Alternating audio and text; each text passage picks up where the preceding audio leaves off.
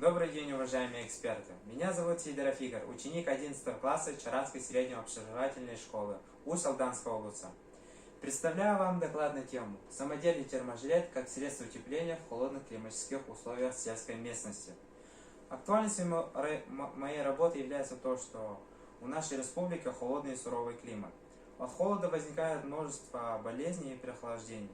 Во многих наших селах работы ведутся в основном в трудных климатических условиях. Так как классические валенки и телогрейки сего давно устарели, решением проблемы холода может стать самодельный терможилет. И таким образом, создание и использование терможилета в бытовых условиях определяет актуальность данного исследования. Объект исследования – процесс создания самодельного терможилета. Предмет исследования – самодельный терможилет. Цель – создать самодельный терможилет и выявить значимость жилета в холодных условиях зимы. И были поставлены следующие задачи. Обосновать актуальность данной темы, создать модель, то есть образец терможилета, обладающим согревающим эффектом, опробировать созданную модель в местах, где наблюдаются холодные климатические условия, и анкетировать пользователей данного модели с целью выявления актуальности терможилета. Методы исследования. Изучение и анализ технической литературы, интернет-сайта по теме исследования. Экспериментальные исследования – это наблюдение и сравнение, и анкетирование пользователей. После исследования аналогов и анализа технической литературы мы составили этапы процесса изготовления самодельного терможилета и ознакомились с функциональными особенностями терможилета, которые продаются через интернет.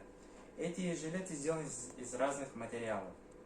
Далее для более эффективных работ сделали анализ отрасли рынка, оставили финансовый план, какие будут расходы и доходы, рассмотрели примерные риски нашего проекта, это экономические и производственные.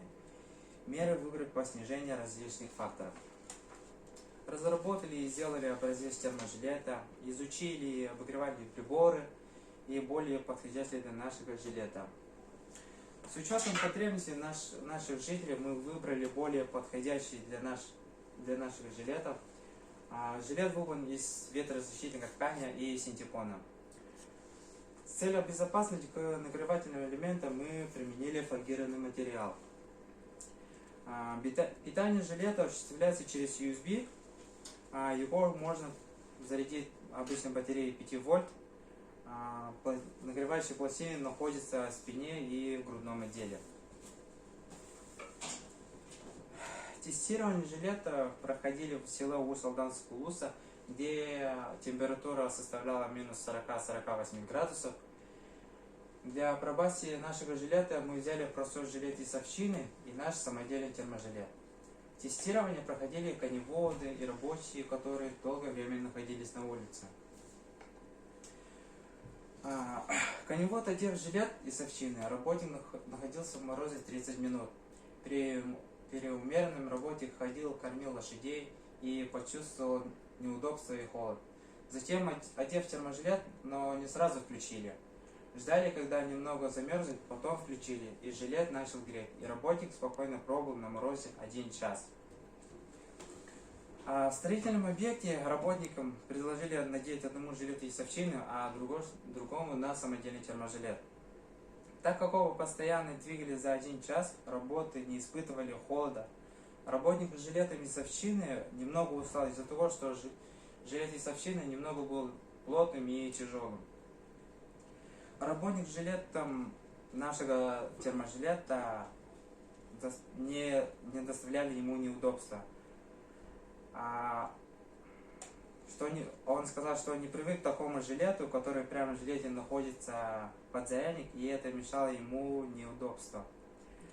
А функцией жилета он был доволен, не чувствовал холода и не было перегрева внутри одежды.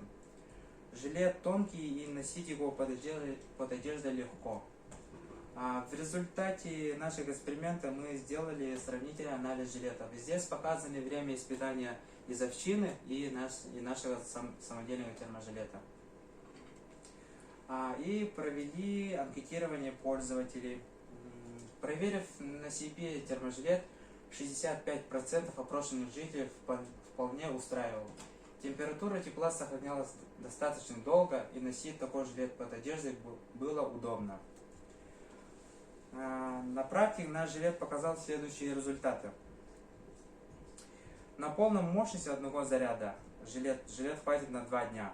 Так как необходимости держать его включенной все время, жилеты, как и любые другие утеплители, не нужно использовать не весь день, чтобы не допускать перегрева.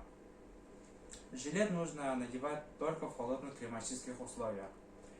В результате, используя наши разработки и апробацию терможилета, сделали вывод, что наш жилет можно использовать в холодных условиях зимы, и любой желающий может приобрести по приемлемой цене. И хотели бы применить такой жилет в охотничий сезон, например, на уток, на рыболовстве и коневоды, находясь в экстремальных условиях нашей суровой зимы. И таким образом выдвинутая нами гипотеза подтверждена, задача выполнена, цель достигнута. Спасибо за внимание.